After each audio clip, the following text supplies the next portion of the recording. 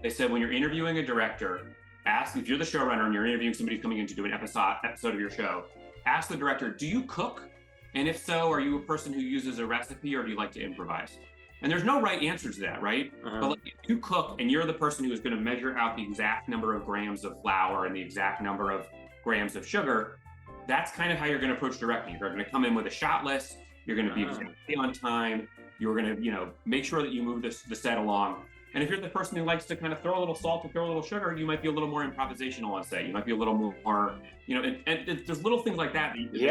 That are like kind of how to dig in on this with those people. You're listening to Screenwriters Need to Hear This with Michael Jamin.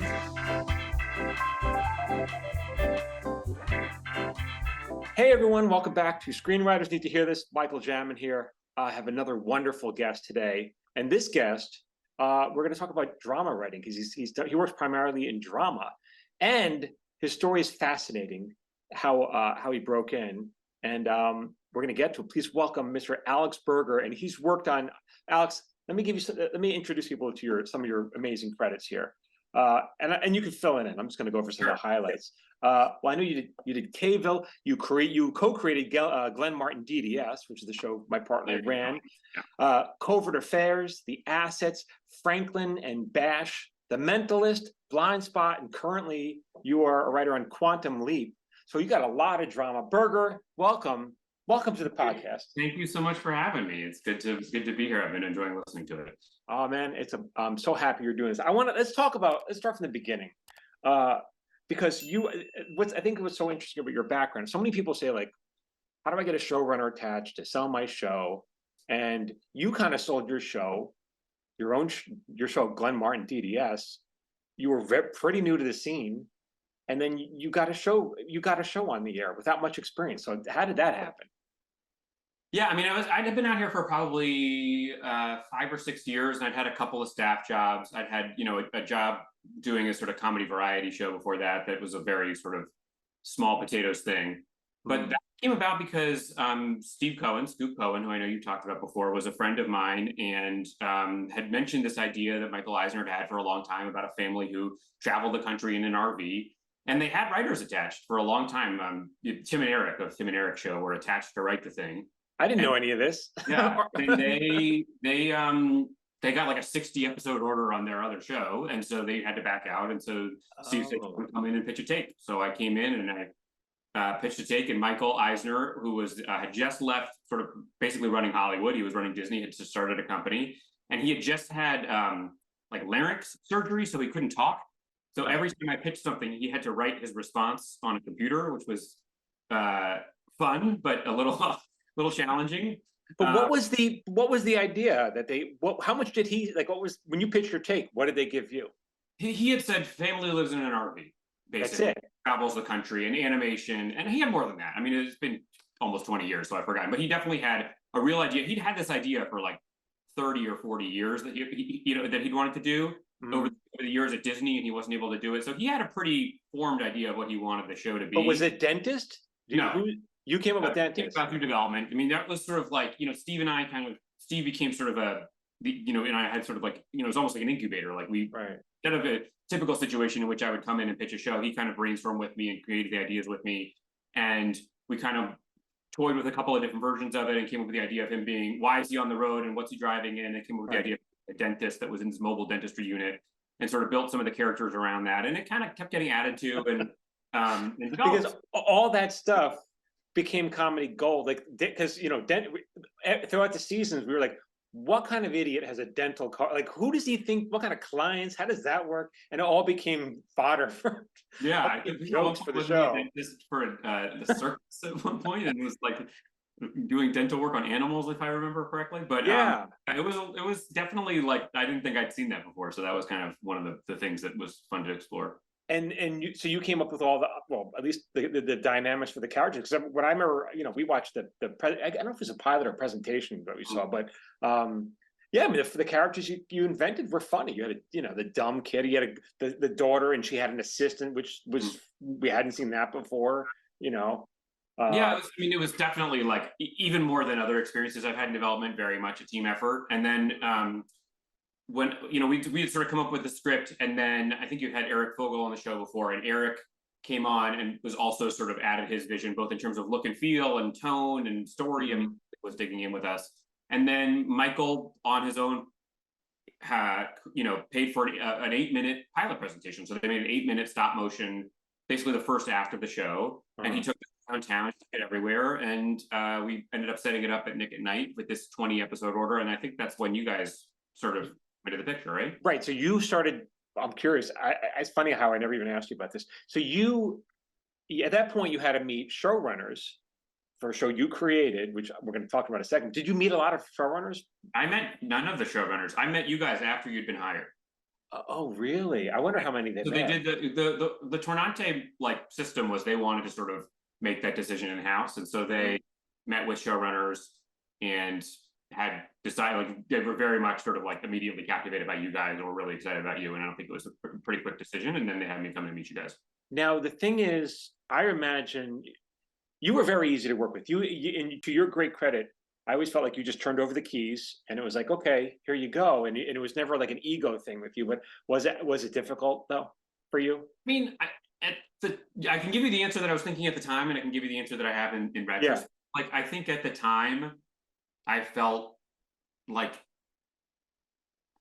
I don't know. It's a good question. I mean, let me give you the answer in retrospect first, which is in retrospect, I know that I was inexperienced to know, especially about comedy writing a lot, and certainly about running a show.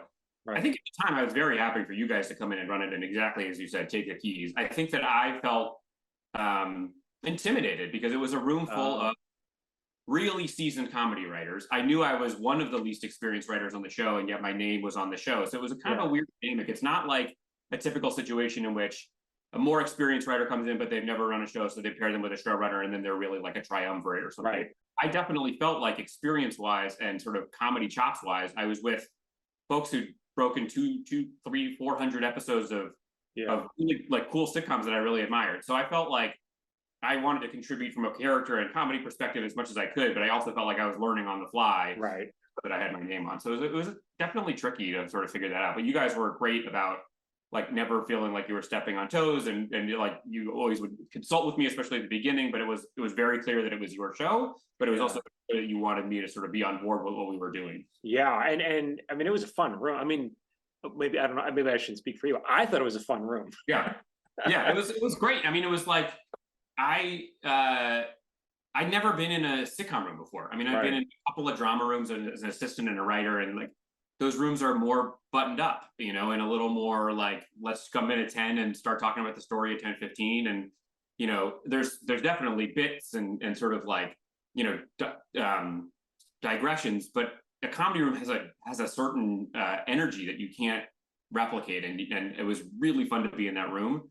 And I've been in rooms that are a little bit like that since, but never anything that was I would laughed quite so much. Just all of it. I was going to ask you about that. So, right, because I haven't worked in any drama. We've done dark comedy, but never drama. And so I'm curious. You've done a lot of drama. So, are the rooms? Are they really what you're saying? Are they serious? Are they buttoned up? Are they serious? Because it's still a creative show. It's fun. I would say this is based on a very small sample size of my 2 years in Glen Martin, and then just listening to comedy writers talk. I think comedy writers find the genius through procrastination. I think that it takes the tangent sometimes to get you to the gold.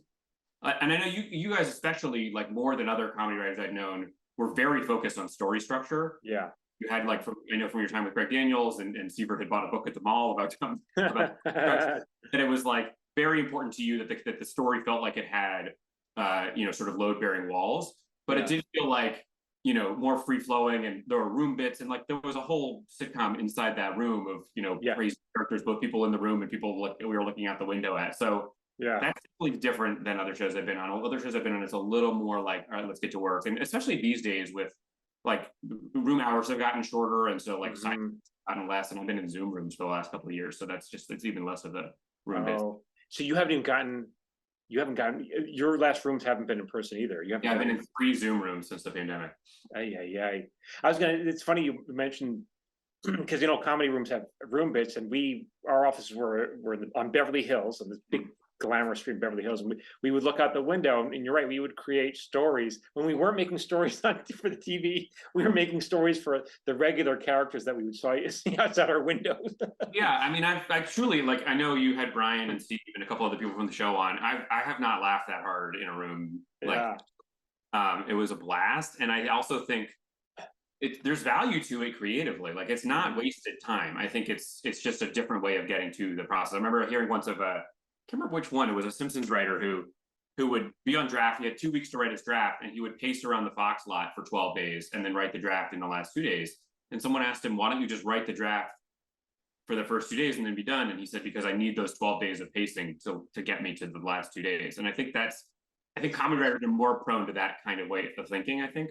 You see, I don't remember. See, I don't remember that way because I'm always like, I always get nervous when that story's not broken. I always want to crack the whip. Seaver is more, let's. But to me, I was always like, when you were in the room, it was more like, let's stay on story, and with Seaver was a little more. And then when you guys were both out of the room, it was even more free flowing. Which is not to say that all the co-EPs weren't like trying to keep us on story, but it's like it was a silly show about silly characters and like kind of absurd. Like every premise of every episode had a massive degree of absurdity to it, and so you couldn't be too serious in a room like that, or you wouldn't be ready to make that kind of show. I mean, that's at least that was my take on it. That was I would describe that as a writer's show. It was always about what made us laugh, and not the 15-year-old kids who shouldn't be watching, or the 10-year-old kids. It was either Brian or Steve who said it was a show with a demographic of nobody. It really was a demographic of the 15 people in that room for sure. We all really enjoyed it. Yeah. You can watch them; they're all really funny. They are funny. I think it was on the wrong network, probably. Oh, for sure. Steve and I were horsing around, procrastinating on some work we were doing, and for some reason we stumbled on.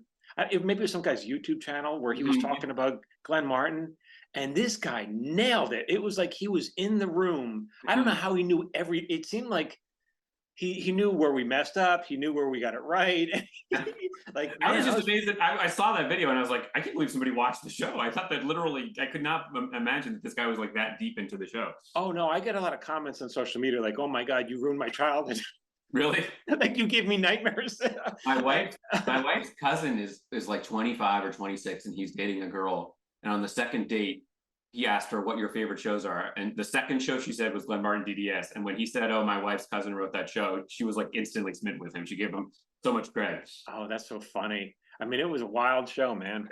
Too bad. That was a shame. We were going to spin it off too. We all. Oh yeah, you got the Stone spin-off right behind. Oh yeah, there you go. Drake Stone, yeah. All my dolls. Yeah.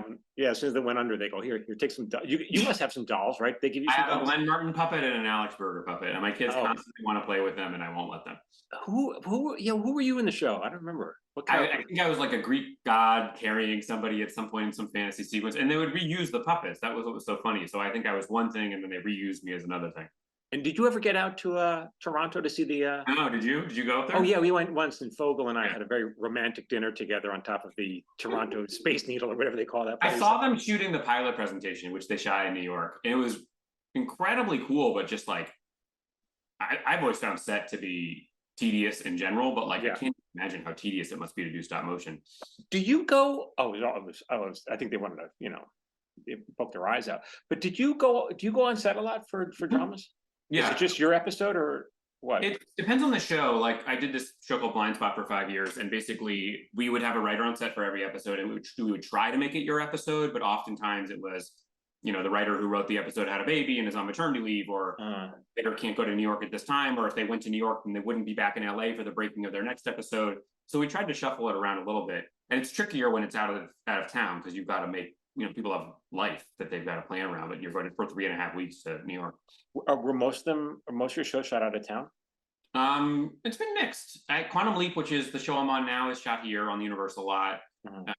Blindspot was New York. Covert Affairs, which I went to a lot of episodes for, was in Toronto, which was a lot of fun. And then I've had a couple. Franklin and Bash and The Mentalist were LA, and it's been sort of a mix. How many day shoots are most of your shows? Dramas?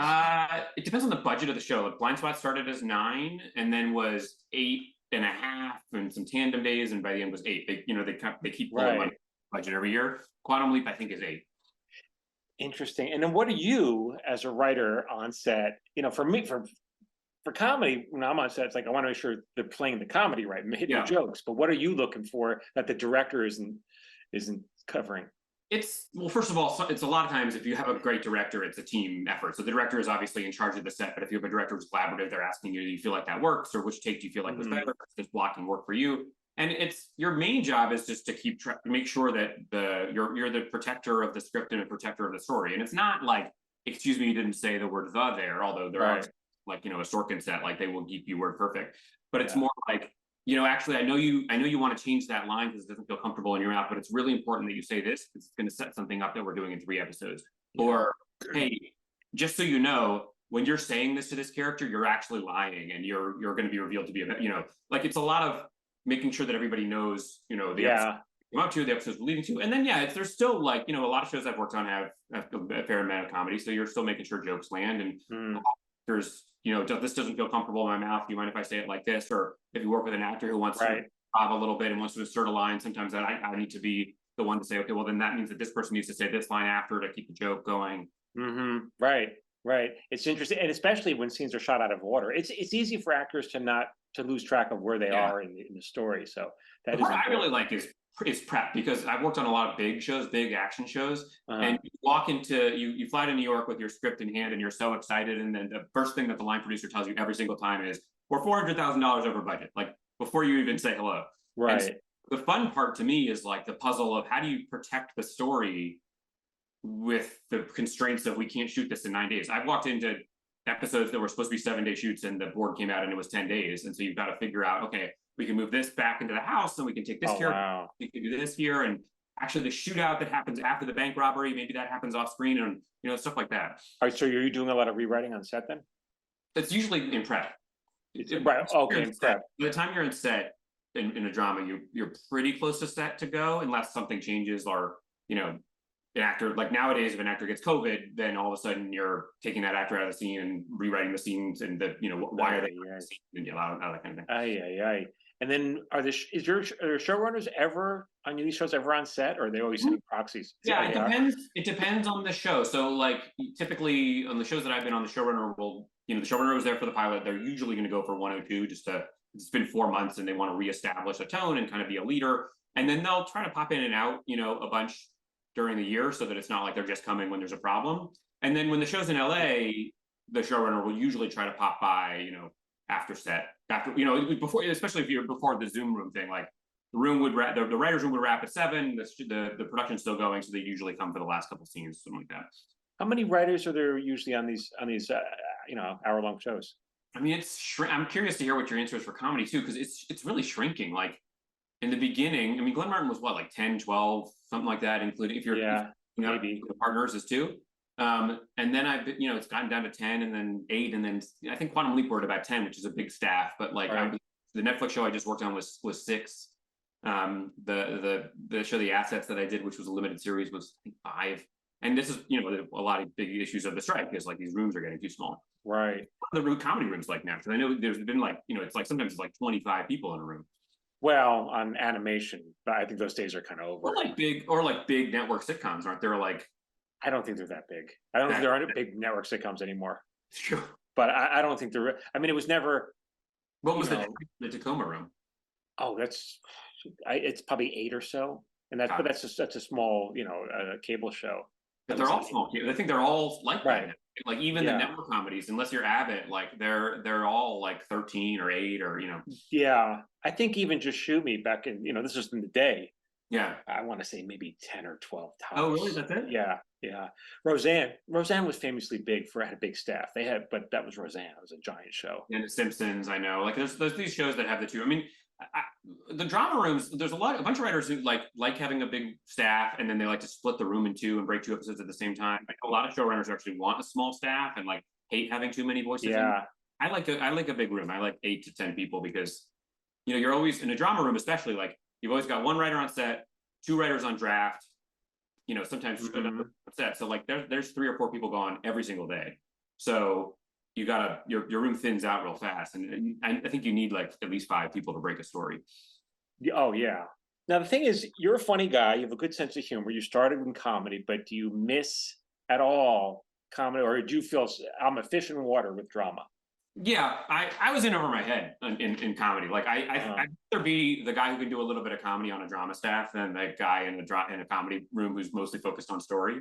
Yeah. I mean, I felt like obviously, like, I wrote the pilot and I felt like I had a voice on that show, but like it was clear to me that this was not like the type of show that I was going to be thriving at. I really enjoyed it, but it was like just pure comedy wasn't my thing. Like I love writing on a funny 1 hour, like Franklin and Bash, which was a legal show, was essentially a comedy that had the stakes of a drama, but the tone of a comedy. And I love because I like being able to, go to the serious scene, to have the emotional heft, to not have to have a joke at the end of every scene.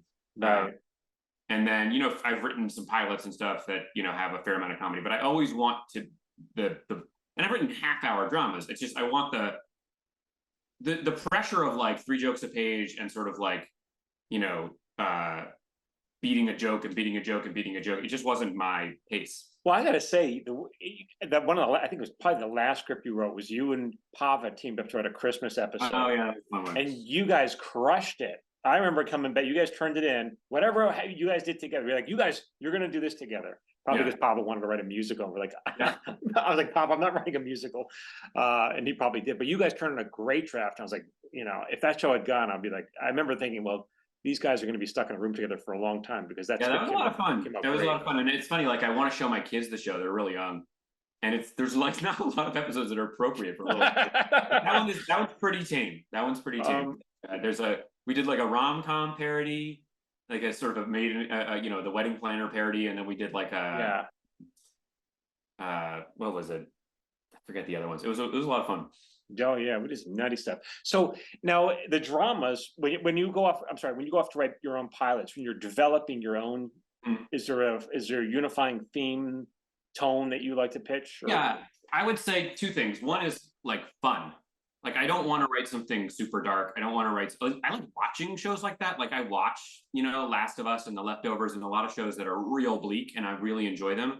But when I'm living in the world for 12 hours a day for 8 years, I want it to be fun. I want to have a certain amount of like lightness to it and sort of levity to it, which is not to say it has to be a comedy. It can still be a drama. There just needs to be something fun about it. And even when I'm writing on a show like Quantum Leap, we've had episodes that are really serious, but the ones that I do, I try to make them. I did like an airplane hijacking episode, but I tried to make it fun and sort of like sort of like a 80s action movie. And then the other thing I would say is sort of optimism. Like I try to write something that makes you think that the world is going to be a better place. I've written a lot of political shows, and politics is pretty dark these days. And my take is sort of, but if we do this, we can all get through it. None of those have gotten on the air, so maybe that says something about what people feel about optimism these days. Well, it's also a numbers game, but But how do you feel? Like, let's say you were given the keys to run your show, got on the air somewhere, 8 episodes on the air. How do you feel?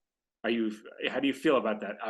Yeah, let's do it. I'm ready. Or like, oh my God, what did I get in my Both. I mean, like, I did the Writers Guild showrunner training program a couple of years ago, which is phenomenal. What was that like? Tell me all about that. It was great, but let me. So essentially, it's a 6-week, every Saturday, all day, every Saturday college course on how to run a show, and it's run by Jeff Melvoin, who's a really seasoned showrunner, and Carol Kirshner, who's been working in the business forever. And then they bring in John Wells, who's usually a big part of the program, and they bring in like really heavy hitter showrunners, all the way down to people who were in the program last year and then got a show on the air, and they're like, Bill and Ted when they come back in the time machine, and Bill and Ted's, and they're like, you're in for a crazy journey. And so it's really cool to hear from all of those people, and they focus, one day is on writing, one day is on post, one day on production. And what I learned from that was, having been on staffs for something like 250 episodes of TV, I've learned basically all the things you can do in terms of book learning to run a show. But the last 20% you can't learn until you're there. Sort of like if you read 100 books about swimming, you kind of know how to swim, but if you dropped out of a helicopter in the ocean, you're going to have to figure it out, and you're going to be drowning while you're doing it. And literally, I don't know if this was your experience when you guys had it, but like every other showrunner I've talked to says nothing fully prepares you for it. So I think, I have a couple shows in development right now, and if you told me that they were to go, I think the first feeling would be utter terror. And like, okay, let's do it. Let's go. This is the time to do it. And I've run a lot of writers' rooms and stuff like that, but I've never actually had the keys to the castle. So interesting. So right, so you've run the room more. You've been breaking stories. You're in charge of that now. I mean, it's a time. So, and in terms of tell me about the showrunners program. You apply. You say like, how do you get in? You apply. You have to be recommended by somebody, and I applied, and they want someone. They're trying to find people who are like the next shows up, and so a lot of people in the program have a pilot that's already been shot and it's already ordered a series, but they don't know how to run a show. You have a lot of like people who've worked in features or worked in writing novels who are transitioning into television. So all the production stuff to them is totally new. Right. And then you have people like me who sort of came up as like staff writer, story editor, co-producer, and just worked their way up the ranks, who've been around for a while, who just haven't taken that next step, who want to know more about what it's like to run a show. I loved it. First of all, it was like being in college again. Like it was just absorbing material and taking notes at a frantic pace and, reading books that they recommended. But it was just so interesting to hear. It's like this, your podcast is so great because you get to hear people's stories, but these are people who are like specifically targeted at the demographic of you're a co-EP and you're about to run a show. Here's what you need to know. And so you don't pay for this, right? Or you do? The guild pays for it and the studios pay for it. It's a phenomenal program, yeah. And then it's so interesting. And then, so how big of a cohort, how big of a group is it? 30. And it's a bummer because these days it's been on Zoom. And so you don't really get to, the year I did it in 2017 or 2018. And so I got to know those folks and they were sort of, again, my cohort. And, 3/4 of them are running shows and, and everybody else is co-EPs or, sort of EPs running rooms. It's a very like fun dynamic to have a group. What are they teaching you I'm so curious as to what they teach you. Like, I bet there's stuff I don't know and we've done 3 shows. What are they teaching you about post that you were surprised? I mean, the overwhelming, the first thing they tell you when you walk in the door is quality scripts on time. The bug that they gave me at the showrunner training program, quality scripts on time. And that was basically the theme of it was, being efficient, being secure, and knowing when to cut your losses and say, move on, and knowing when to say this isn't good enough.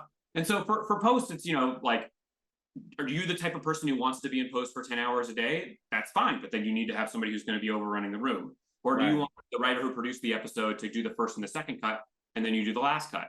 And they bring in editors, and editors tell you about what they want to hear, because like there's a lot of things that I'd been in post a lot before I was in that room, and then editors were telling me things that I was doing that annoyed the crap out of them, and I was like, oh, like little like things. What? Snapping, like when you say like cut there.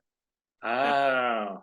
Or that annoys them because it's like a dog thing. Yeah, exactly. And like, some editors want line notes. Some editors want you to say, this scene doesn't feel funny enough. I'm not getting the comedy. And then they'll say, okay, let me take another swing at it. And you need to feel like, is this the type of editor that wants to do it on their own? Or am I the type of showrunner that wants to do that? But like broadly speaking, it's essentially a leadership training program. The nuts and bolts stuff was all stuff that I had seen up close being a lieutenant on a show. Yeah.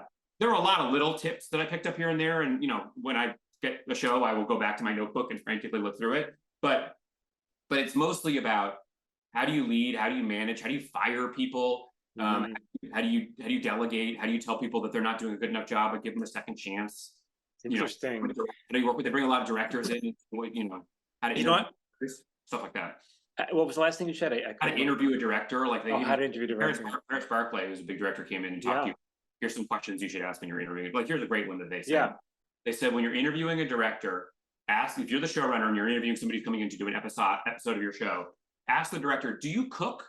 And if so, are you a person who uses a recipe or do you like to improvise? And there's no right answer to that, right? But like, if you cook and you're the person who is going to measure out the exact number of grams of flour and the exact number of grams of sugar, that's kind of how you're going to approach directing. You're going to come in with a shot list. You're going to be exactly on time. You're going to, make sure that you move the set along. And if you're the person who likes to kind of throw a little salt and throw a little sugar, you might be a little more improvisational on set. You might be a little more, and there's little things like that. That are like kind of how to dig in on this with those people. Now I'm learning. What else can you share with me that might be helpful? Get my notebook and tell you. Hey, it's Michael Jamin. If you like my videos and you want me to email them to you for free, join my watch list. Every Friday, I send out my top 3 videos. These are for writers, actors, creative types. You can unsubscribe whenever you want. I'm not going to spam you, and it's absolutely free. Just go to michaeljamin.com/watchlist.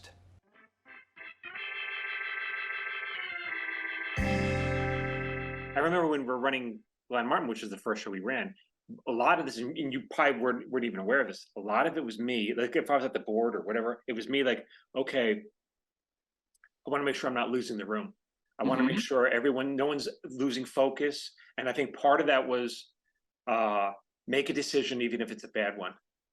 Because you can lose the room if you can't pull the trigger. You know what I'm saying? Yeah, it's so frustrating. You guys did a good job with that. And then I think that, decisiveness, I think, is actually one of the most important qualities in a showrunner, but also willingness to admit you were wrong. Like, you made a decision and moved on, and then a day later you realize you were wrong. You have to own it and say, I made the wrong decision.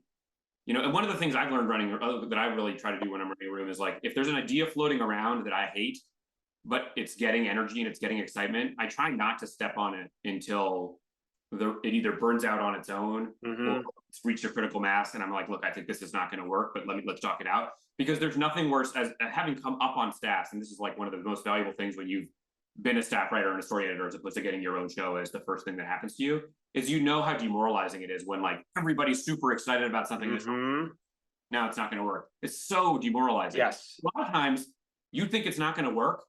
You just sit there back and listen for 20 minutes and you're like, oh, actually, you know what? There is a version of this that'll work if I just add this one thing. So it's an organism, right? And you're leading an organism, and it's very hard. And you guys did a great, and you guys are a team, which is even harder because you've got to read each other's minds about if this works. And you bring a good point. Like I remember one time, so in Glen Martin, I would direct the actors on Wednesdays or whatever, and Steve would be running the room. And I remember coming back at the end of a long day directing, come back to the room, and you guys had made a lot of progress on the script. And everyone's excited. Everyone's excited about this idea. And you guys pitched it to me, and I wasn't getting it. I didn't get it, and I was like, I didn't want to shit on it because I could tell everyone was so excited about it. And so I just kept on asking questions just to explain it to me so that I would get on board. That's a really hard part, is like, and because I've never been the actual showrunner, I've never been the one who's had to be like, I'm sorry, we're vetoing this. A lot of times what I would do, because I was a number two, was if I hated something, if I left the room and then I came back and I hated something, I'd be like, look, I'm not totally on board with this idea, but let's give it its day in court and let's pitch it to the showrunner. Yeah. And I would try, when I would pitch it to the showrunner, to not give away which side I was on, or to say like, look, here's one side of the argument, here's the other side of the argument. But when it's ultimately up to you, it is hard because, I always analogize it to like in Family Feud, when like the first four people give their answer and then that last person has to give the final answer and they want to go against the rest of the family. It's a hard thing to do if you're wrong. Yeah. That's, I guess, I don't know, what was that experience like for you? Did you feel like it was like you had to balance what was your favorite idea versus losing another 10 people's morale? It wasn't even about my favorite idea. It was more like I just want to make sure, like if Sievert's on board, then I trust him. But it's also like I can't. I wish I could remember what the episode was. It just didn't make any sense to me. I remember that a couple times. Every show I've ever been on has had that. Every show I've ever, the showrunners left the room gets excited about something. Yeah. Comes back in and it's not what they want. It's just part of showrunning. Yeah. And I think the value of having, a staff that's been together for a while is the longer the staff has been together, the more you can say, oh, Sievert and Michael are going to hate this. Like, we shouldn't even do this path. Versus early on, you're like, you're going down a million paths you don't know. But once you get to know the showrunner, you kind of get to know what they like and what they don't like. Yeah. There was another idea that we had on that show. I don't remember what it was. It was one, we were all on board, but Sievert wasn't on board. It was something crazy. Oh, it was I think it was the radio episode, and there was something about like wires or no wires, and they weren't recording the music the whole time. They weren't. Who wasn't recording music? Like Glenn went to. You got to cut this out of the podcast. No one's gonna care. But it was like there were a lot of room bits that I think that's the problem with room bits. Yeah. Is like they take on a life of their own, and then they're an inside joke. And if the showrunner comes in and there's a room bit in the script, it's an inside joke. It just doesn't work because you weren't there for the beginning of it, which is a good sign that it's not a good story because the audience wasn't there for it either. But I think it was Glenn becomes a radio producer named Stacey Rappaport. Yes. His wife was also named Stacey Rappaport. Yes. And I don't know, he works for Stacey Rappaport. And anyway, the whole time it was like you guys were doing the Brady Bunch Johnny Bravo episode basically as a yeah. I remember they weren't actually. The debate was like, were they actually recording? By the way, I will say again, you can cut this out or leave it. It's not like relevant at all. But like, I grew up watching the Brady Bunch for whatever reason, even though I'm 10 years younger than you guys. And that was like the #1 reference that you guys talked about. So I did feel like at least I got those references. Oh, it's so funny. I remember that kid. I remember because I think I was the one who pitched the name Stacey Rappaport. Like, I remember because I had a friend named Stacey Rappaport. oh, really? That's so funny. Yeah. It was just a man's name that Glenn. It was the joke was that Glenn was going to choose a new identity for himself, and he chooses a woman's name. What? Have you gone back and just watched like full episodes of the show? No, and people want to know, but people ask me that a lot. Like, I don't touch. I should. I love that show, but I don't touch anything that I've written. I just don't. It's over, and I don't know why. But you do. I mean, you know, just like not even about Glen Martin. Like that is an interesting thing about writers is whether they want to go back. I go back and watch stuff and I hate it because I'm like, differently. But because Glen Martin was not really mine, it was such an organism of the room that I laugh when I go back and watch it. Except for the one I wrote, which I don't like. Oh my God, we had some fun. We had some fun in that show. But okay, so when you take, I have so many questions for you. When you were young, when you were a kid, did you want to be a writer? I know I took a time jump. It was a profession. I love television. I was the youngest kid. I was, raised by the Cosby Show and the Brady Bunch and IF. My idea of a family was basically what those families were. Probably should go back and rethink the Cosby one. And then in college, I interned at Saturday Night Live and Late Night with Conan O'Brien back when he was on MTV, which were like fantasy camp. They were, especially the SNL one was like truly a dream come true. And it still didn't occur to me that it was a profession that I could go do. I was going to go to law school. And then a buddy of mine, we were in Jerry's Subs and Pizza, which is an East Coast person you probably remember. And we were sitting there talking about what we're going to do. And he's like, I said, I'm going to go to LA and be a writer. And I said, how do you do that? And he said, someone writes this stuff. Why couldn't it be us? And it just gave me this epiphany of like, oh yeah, everybody who's out there as a writer at some point wasn't a writer and just got out there and learned how to do it. And so we all went out together and we kind of got our start. Did your friend become a writer too? Yeah. We all ended up creating a show together. So the earliest thing that we did was we were on the high school debate team together, and we walked into National Lampoon, which at the time was doing like low budget cable programming. And the head creative guy there just made fun of my resume the entire time and made fun of debate. And then by the end of it said, there's a show here. And so we pitched him a show called Master Debaters that was a sort of debating society. And we ended up getting to make it. It was like our film school, right? Like I knew nothing about how to make a TV show. And I was thrown the keys to the castle. I was casting it, writing it, producing it. I was in it, posting it, with every crisis. But it was so low stakes because the budgets were tiny and like they were in syndicated cable stations and college campuses, like no one was watching. So I got to kind of learn by doing, and I loved it. It was great.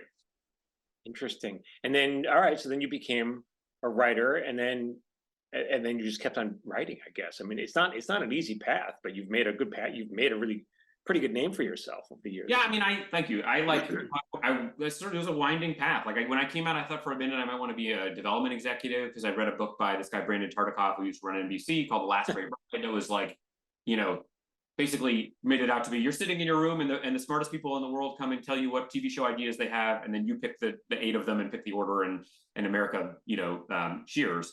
And so I worked in development for a minute and that was not what it was like at all. And I was miserable and I was jealous of all the writers who were coming in. So I said, that's the job I want. And so I What quit. was it? I didn't know you worked at Evo for. I was an assistant in development at NBC. And what was it like then? It's very business-like, very busy, and not as creative as I wanted to be. I actually really enjoyed the conversations I had with the executives when it wasn't time to do my job and it was just time to talk about TV. But the actual job I was doing, I was terrible at. I mean, it was a lot of like keeping track of who was calling, and I'm an absent-minded person. But you're an assistant. I mean, surely. But it's a long time before you're Brandon Tartikoff, right? Like almost everybody else under Brandon Tartikoff has a lot of, sort of business responsibilities to do, and it just wasn't. That's not how my brain works. Like my brain needs more free time. I think if I worked at a place that was smaller, that was incubating like 3 or 4 shows, I probably would have enjoyed it more. But we had 50 comedies and 50 dramas in development, and I was trying to of all of them and who was calling and the letterhead changing and all this stuff, and it was just like I was not good at it. I mean, my boss even said to me one day, he said, "You're a very smart guy, why are you not very good at this?" And we had a nice conversation about that. But the main thing was like the writers that came in that I was, can I get you a coffee, can I get you a tea, can I get you a Coke? I was so jealous of them. Right. And I wasn't in the door would close to the pitch, and I just wanted to be in there listening to. And so I realized I should follow that. And so I didn't last that long. I lasted like 8 months and I quit. I had, at the time, had been, I think, had a couple of writing jobs, like smaller writing jobs lined up. Like that show Master Debaters had been optioned to VH1, so we were writing a pilot for VH1 and a couple of their small writing jobs. So I went to go do those, and then got back back in the beginning of the line as an assistant. I was a writer's assistant on a show, and then I was an assistant to a showrunner, and then stuff. Right. So it's a brave move for you to leave that behind and. It was definitely, I mean, I had some stuff lined up, but it was definitely a risk. But I just knew it wasn't I was in the wrong place. Right. But it's interesting. Like, it was an incredible learning experience. Like, I knew how development worked from the inside, and I still think I know more about what's actually going on at the network than a lot of my peers because I was on the other side. And then the folks I met who were the other assistants to the other executives are now all executive vice presidents of networks or presidents of networks. Or I met my agent because he was an assistant to an agent who used to call, and then he signed me while he was still a coordinator. One of the people on that hall became the president of Fox. Another one who I've dealt with a lot became the president of NBC. Like, I met a ton of great folks through that who have become friends and allies over the years, and have sold shows to. But okay, so I think it's probably changed a lot since you were an assistant. That was probably 20-something years ago. Yeah, literally 19 years ago. But so what is it? What is it like then that we don't understand? I think the main thing that I didn't understand, and this is for sure changed, and certainly in cable and streaming, is just the volume. They are not spending as much time thinking about your script as you are, by definition. Right. But in development, there are literally 40 to 50 scripts, at least back then, on both on comedy and drama. And so my boss, who was in charge of both, has 100 scripts to keep track of. So he was very smart and could make a judgment very quickly about a script. But he would read it once, sometimes read it again, and then he was making a judgment about whether it was a show. So as a writer, now I know they're reading fast, they're reading it at 3:30 in the morning, or they're reading it on the plane. I've got to grab attention fast. I've got to hook you in. I cannot the great twist, wait till the great twist is on page 55. And when I'm pitching, it's the same thing. Like, my boss said to me, I hear 300 pitches a year. I typically hear about 5 ideas I haven't heard before. The other 95 I've heard before. Yes. It's about take, it's about the writer, it's about their passion. And so when I go and pitch an idea, the substance of the idea is the second most important thing, and my connection to it and why it has to be me is the first most important thing. Yeah, and that's the hard part, I feel. That's the hard part. Because usually, you think of an idea, you can't really, I don't know. You're 100% right. They always want to know, why are you the only one in the world who can write this idea? And truthfully, it's like a lot of times you're not. Like, a lot of times, well, this is the characters we created. It's a funny situation, but there's probably a lot of people who could write this idea.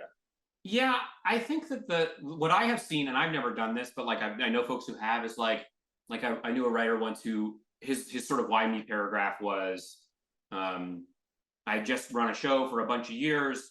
I came off of running that show and I didn't know what I wanted to do next, and I had an identity crisis.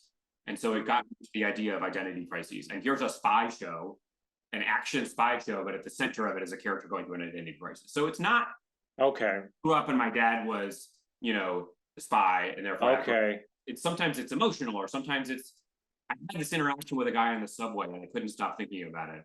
And it led me to this show. And sometimes, by the way, you retrofit it. Sometimes you already come up with the show, and then you've got to come up with that first paragraph that's retrofitted. And sometimes it's like, often it feels organic, even though you just come up with that first. That's so interesting, because I'm glad you said that. To me, it almost sounds it gives me some solace knowing that, because a lot of times we'll say, okay, this is why we're the only ones. And this is from Sievert's idea, home life, or my home life.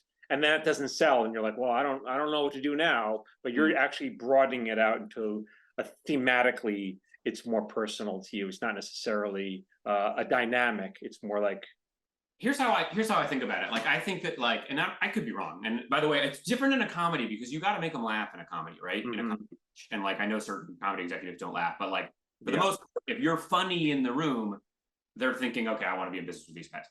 But in drama, are there twists and turns? Am I hooked on this? Is this going to fit with something that we have on the air? Do we have something similar? But I always think, like, what they're going to remember when they've heard they hear 6 to 8 pitches a day, right? And then at the end of the week, they go tell their bosses about the ones that they bought. So what they're going to remember is, oh my God, you'll never believe the story this guy told about like the time that he was held hostage on the subway, or you'll never believe it, or a cool twist or a cool character. They're not ever going to remember like the third beat of the pilot, or like when you pitch episode ideas, like here's So interesting. You know, I think that's, you need that stuff like to be in there, but what they're going to remember, it's like when you walk into a house, you know, when you're like looking for a house, you remember like, oh, I was dazzled by the kitchen, and like the master bedroom had the coolest bathroom. And yeah, it had 5 bedrooms and 5 baths, which is what we need. But like, right, I felt like this when I walked in. It's like, how do they feel? That's another. I mean, sorry to ramble, but like, no, for drama, I think in a pitch, if you can make the executives feel how the show is going to make them feel, that's a successful pitch to me. The comedy's a little different, I think, but. Interesting. I feel like I'm learning a lot from you, actually, because I mean, honestly, we'll sell shows and we're not sell shows. Learning all that time from you guys for 40 episodes on Martin. But a lot of this is like, you know, we, like I said, we'll sell a show or we won't sell a show, and I won't know why. I don't know. Yeah. Well, I'm not sure why this one sold, this one, the other one didn't sell. I can, you know, but that's I don't know. You know, I really don't like Zoom pitches because you can't. I love. That's actually my favorite part. I think it comes from I was, like I said, I was on the debate team in high school and college, and I loved trying to persuade someone who was not necessarily on my side at the beginning that I'm right. And I viewed every pitch as sort of like a miniature debate. I'm debating against the person who says, don't buy this. And I love the feeling of like, oh, I've got them hooked, and they are going to buy the show as long as it continues to go on this pace. And I hate the feeling of like, I think they've checked out. And I actually like, when I've memorized a pitch, when I think they've checked out, I'm talking, but my internal monologue is, well, I guess we didn't sell it to Fox. All right, well, if we didn't sell it to Fox, we can do it at ABC. Because I'm sort of like, I've moved on.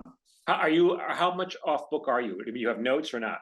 I've developed this method that I got from this guy, Martin Guerra, who I've worked for 8 or 9 years, first on Blindspot and now on Quantum Leap.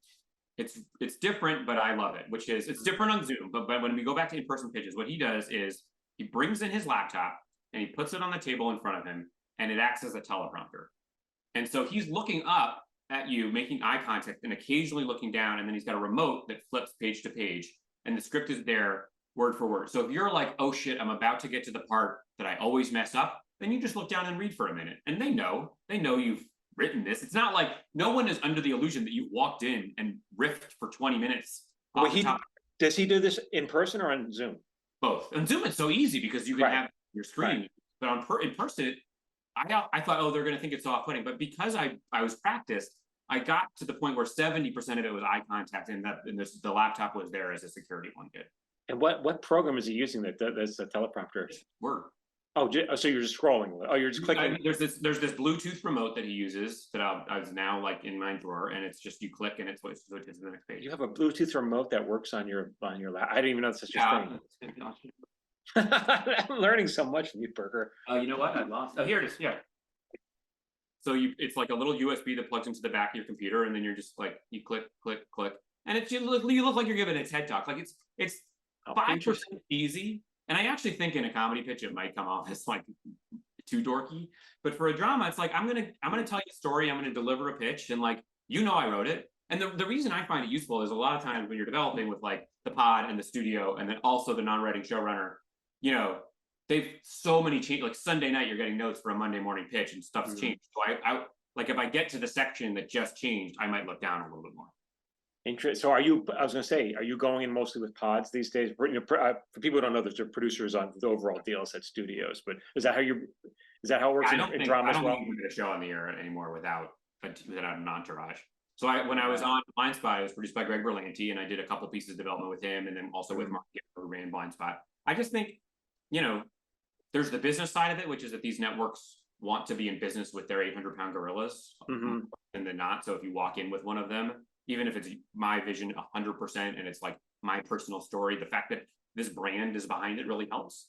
And then I also I actually enjoy the process of like crafting the idea with smart people. Like I don't want to work with a pod who's annoying and gives dumb notes, or a studio who does that. But every pod I've ever worked with, if I'm stuck on an idea, I'll say, hey, can we hop on the phone for half an hour and like work out the story problem? You guys have each other, right? So you can like get in a room and hash out a story problem, but I need to talk. Like I cannot think through an answer. Interesting. So So you're I'll call producers and we'll work it out. oh, so you'll really use them as a resource. It's so interesting. I mean, this guy Martin Guerra, who runs Blindspot, Quantum Leap, I've developed with him a bunch of times, and he's a writer. Yeah, it's different. Stuff is acting as a pod, but I can call him, and we have such a shorthand. We've broken 150 episodes. Yeah, but that's different because he's a writer. He's not. I mean, he's a writer, producer, but he's really a writer. So is Greg Berlanti. Like, you know, I like working with folks who are on the creative things, and I've worked with producers who weren't writers, but could be because they're creative.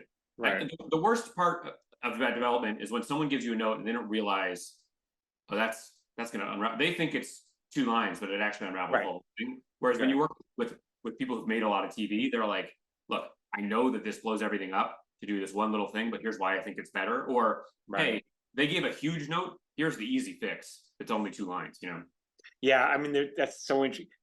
You're absolutely right. There's a huge difference between working with a producer and a writer-producer, because the writers, they just know what's going to unravel everything. I don't know. That's the producers are good for like, oh, you know what? You know who'd be great for this is this actress, and they make the call and they're good.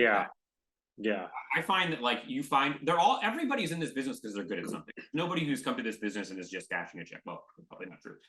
But the people that I try to work with are people who are in this business because they're smart. And even if they're not, you know, like totally up on, you know, exactly what I wanted to fix the script, they have something that they're really good at that I want to use. So it's even if it's, you know, there's one person at this company who's mostly the production person, have a really good idea about like, hey, if we shot this in Buffalo, we could do this. You know, right. Interesting. Wow. I think I've learned a lot from you. Before we conclude, go write drama with me. Let's go. Let's talk go write drama. I think I'm going to get into the drama business with you. I think you're going to be my pod. What about what advice do you have for young writers? You must have something wise to say. Yeah, I mean, I probably don't have anything wise to say, but I'm happy. Or how are they breaking? How are they breaking in to the business? Yeah, you know, it's funny. The answer was so different 10 years ago to 4 years ago. It changed rapidly, and it's very different now because of the writer's strike. So if you're talking about like what should I be doing right now if I want to break in, I was just talking to a writer today, and my advice to her was just use this time to write. Yeah. It's not a good time to try to get a producer attached or a showrunner attached or an agent. It's a good time to just be writing and really writing like diligently. And then this is over. And in general, my advice is get a job in the industry, even if it's as an assistant. Like if you can't get a job as an assistant in a room, get a job as an assistant in post or get a job as a PA on set. Just get into the room. Then just keep building a network and talking to everybody you know. And when your cousin comes and says, you know, I used my college roommate, I think as a writer, I don't know what he like, take them up on all of those opportunities, because you never know what's going to result in something. The first 3 jobs I got were from general meetings that I didn't want to take because, you know, actually 2 of them were from people my mom had met. Oh, wow. Parties in Washington, D.C., but they were, you know, another assistant who was leaving their job and happened to open up. And then the last thing I would say is, I think the thing that people don't do as much of it that they should do is like engage in the continuing education piece of this. So your listeners to your podcast are obviously trying to learn how to write, and that's important. There's a lot of other good podcasts out there. There's Deadline Hollywood, which everybody should be reading every single day. There's, you know, business podcasts like The Town and The Business and Fresh Air that people should be listening to understand the macro pieces of the business. So often you get people who come out here and they have no idea how the business works. Right. But there's film school available for free. There's 97 episodes of your show and, you know, other shows like it. And there's a lot of episodes about how the business works that I think people need to sort of absorb. Alex Berger, you hit it out of the park, dude. I think this is amazing. This like I wrote it with Pava. Like you wrote it with Pava. You did this. Screw Pava. No, I found. I don't know. I hope people go back and even listen to this again and again, because I think you said so many smart things in this that were even kind of new to me. And I don't know. Thank you for sharing all your knowledge. I think it was. You're doing a great service. Like what I love about your podcast is that you ask the question that I want everybody to ask on these podcasts, which is like, tell me your story, tell me how you got started, and then you interrogate what the lessons are along the way. Like so many of these podcasts, it's like, tell me about your latest project, and essentially they just become promotion vehicles. But you dig in and you really like the 90 writers that you've had on the show. Every one of their stories is different, but there's a lesson in every single one of them. And that's what I, to just add on to the thing that I was talking about young writers is like, when you hear people's stories, if you walk away with one kernel of wisdom of like, oh, they got fired off the show and they were miserable, but here's what they did wrong. And now I can take that forward, or the networking advice they gave me, or here's the little piece of advice about how to get your way out of a scene with a cool blow line. You can pick all that stuff up from everybody that you meet. Yeah. And I also find, because everyone wants to, what's the path to breaking through the business? And I always think like, it's not, there's only one door. You have to go into that door. And then once you go through that door, it closes. Now the next person has to find their own door. But you can find a common characteristic that everyone has that broke into the business. So it's not like they didn't go through the one path, but they all had a same trait that they had. Yeah. I mean, perseverance, and then like, it sounds silly, but like a lot of young writers I talk to aren't writing a lot. They have the one script that they've been polishing forever, or half a script, or an idea for a script, and they want to know how to break in. And by the way, I was like that from like 22 to 25. I wrote one script, and it was, I should have written 10, because I'm 20 years into the business now. Every script I wrote right now is leaps and bounds better than the last script I wrote, because I'm still learning. Yes. And so when you're 22 or 25, or even if you're 45 breaking in, get those bad scripts out of the way early, so that when you're actually being paid to write, you've gotten the phlegm out, and now you're actually getting something good on the page. Absolutely. What should we, before we sign off, is there anything we should plug? I mean, not really. I mean, you have Quantum Leap. Yeah, I'll be picketing at Fox on Tuesday. Yes, that's how they can find you. My wife was an actor in the original Quantum Leap. She was a guest star. Yeah.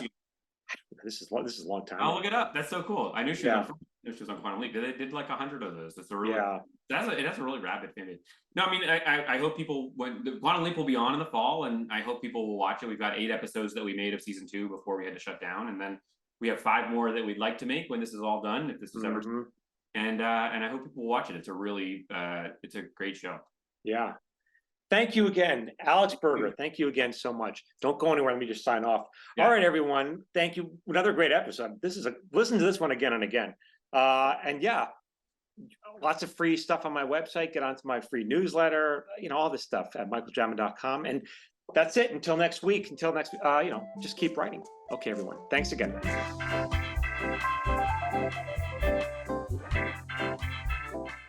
This has been an episode of Screenwriters Need to Hear This with Michael Jamin and Phil Hudson. If you're interested in learning more about writing, make sure you register for Michael's monthly webinar at michaeljamin.com/webinar. If you found this podcast helpful, consider sharing it with a friend and leaving us a 5-star review on iTunes. For free screenwriting tips, follow Michael Jamin on social media at Michael Jamin Writer. You can follow Phil Hudson on social media at Phil A. Hudson. This podcast was produced by Phil Hudson. It was edited by Dallas Crane. Music by Ken Joseph. Until next time, keep writing.